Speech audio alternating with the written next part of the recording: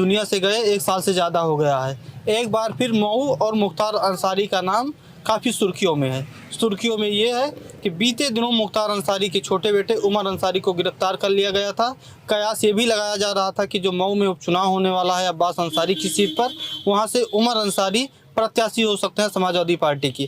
तो जब मुख्तार अंसारी का निधन हुआ था तो हम और हमारी टीम बबलू जी साथ गए हुए थे, वहाँ पर कवरेज किए थे। तो वहाँ पर जो एक छवि बनाई गई थी वो उसके उलट दिखाई दी थी। पूरे मुद्दे पर बात करेंगे। उमर की गिरफ्तारी और मुख्तार का नाम फिर से चर्चा में है, और जो चुनाव होगा ये कैसे जाएगा? देखिए, इससे पहले भी मैंने वीडियो में बताया था और मुख्तार अंसारी को लेकर हम लोग लगातार बात किए। हम लोगों के जो एक नज़र में जो एक दिमाग में जो बसाया गया था, जब हम मऊ, गाजीपुर और पूर्वांचल जब हम कवरेज नहीं किया था हमने उससे पहले कि मुख्तार अंसारी माफिया है, मुख्तार अंसारी, लेकिन जो मीडिया में था उससे पहले मुझे भी ये लगता था कि मुख्तार अंसारी, लेकिन जब हम मेरे लगने और ना लगने से मैं तो वो देखता था कि उनके जो रिकॉर्ड थे, रिकॉर्ड में 61 से अधिक मुकदमे, जितनी उम्र है उससे ज़्यादा मुकदमे थे। मीडिया में जो चलता था, मीडिया में एक ही बाहुबली मुख्तार अंसारी, माफिया मुख्तार अंसारी, यही उनकी एक छवि बनाई गई थी। लेकिन जब हम लोग गाजीपुर, मऊ और इर्द गिर्द के जो आजमगढ़ आसपास के जितने ज़िले हैं पूर्वांचल, वहाँ पर मुख्तार अंसारी की जो लोगों में मीडिया से आप बाहर निकलिए, नेताओं से आप बाहर निकलिए और पुलिस के जो रिकॉर्ड हैं उससे बाहर निकल के आम लोगों के बीच में जाएंगे तो जो छवि थी वो मसीहा की छवि थी, रॉबिन हुड की छवि थी।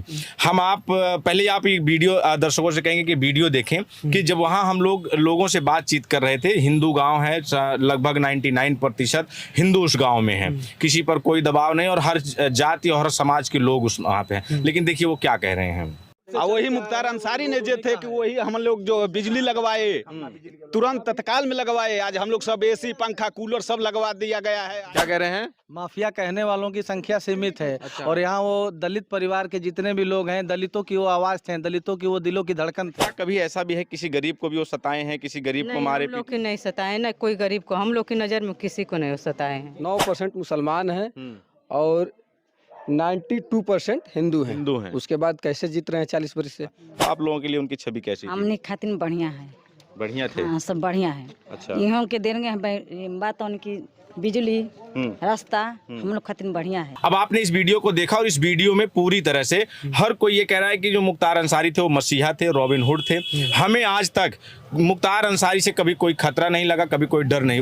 उसके उल्टे जब हमें कोई सताता था, हमें किसी चीज़ की ज़रूरत होती थी, कोई हारी है, कोई बीमारी है, किसी भी प्रकार की, तो जब हम मुख्तार अंसारी के घर फाटक पहुंचते थे तो समझ लीजिए कि वो हमारी समस्या का समाधान होता था। यहाँ के लोग ये बताते नजर आते थे कि जब कोई मामला होता था, हमें कोई सता रहा है, क्योंकि पूर्वांचल जो है वो सामंतवाद का गढ़ रहा है एक समय, तो जब कोई सामंतवादी हमें सताता था तो हम थाने की जगह हम फाटक जाते थे। थाने पे जाते थे, हमारी सुनवाई नहीं होती थी, लेकिन फाटक होती थी। एक छवि और ये बनाई गई थी कि मुख्तार अंसारी का मुस्लिमों में ज़्यादा लोकप्रियता थी। तो आप जब वहाँ पर गए थे तो एक कवरेज के दौरान एक हिंदू मिले हुए थे, उन्होंने कहा था कि मंदिर के लिए 10,000 रुपये, वो वीडियो भी हम दिखा देंगे। हाँ, एक बार का वाकया मैं बता रहा हूँ आपको जी। इलेक्शन का माहौल चल रहा था, हमारे मंदिर पर गए थे बासदेवपुर। मैंने बोला विधायक जी थोड़ा मंदिर को देख लीजिए, कुछ थोड़ा दान दक्षिणा दे दीजिए जी। तो देख लिए तो बोले कि बेटा कल आना।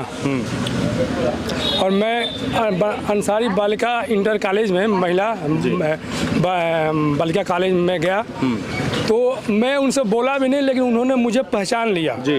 और तुरंत उनके एक पीओ थे, क्या थे, सचिव थे, गामा, बोले कि गामा जी इनको 10,000 रुपया दे दीजिए मंदिर के लिए। और 10,000 रुपया मैं खुद लेके आया था। अब बोले थे कि बेटा 8,000 रुपया का सामान खरीद देना, मंदिर में दे देना और 2,000 रुपया मजदूरी के लिए दे देना।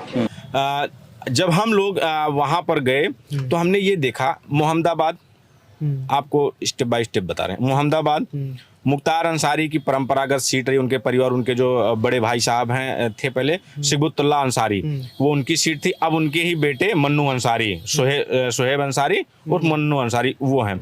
वहाँ पर उस सीट पर लगभग 10 से 12 हज़ार मुस्लिम हैं, यानी कि 10%, 8% मुस्लिम है और 92% उस सीट पर हिंदू हैं। और वो जीतते कितने से हैं? 30,000, 35,000, 40,000 के मार्जिन से।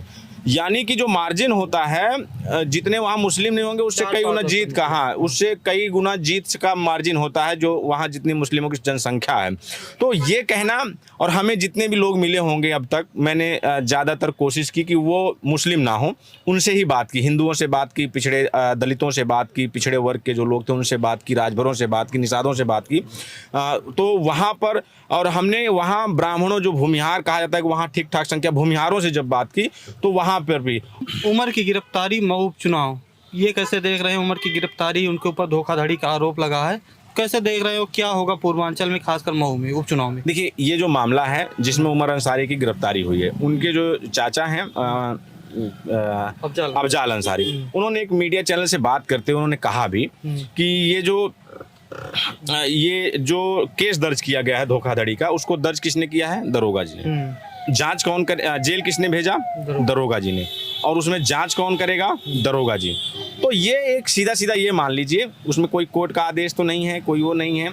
दरोगा जी को लगा, वहाँ के जो स्थानीय थाना पुलिस थे उनको लगा कि ये धोखाधड़ी का है। इसमें ये कहाँ से क्लियर होता है कि मैं अपनी तरफ से एक सवाल करता हूँ कि ये कहाँ से साबित होता है कि ये उमर अंसारी का सिग्नेचर है?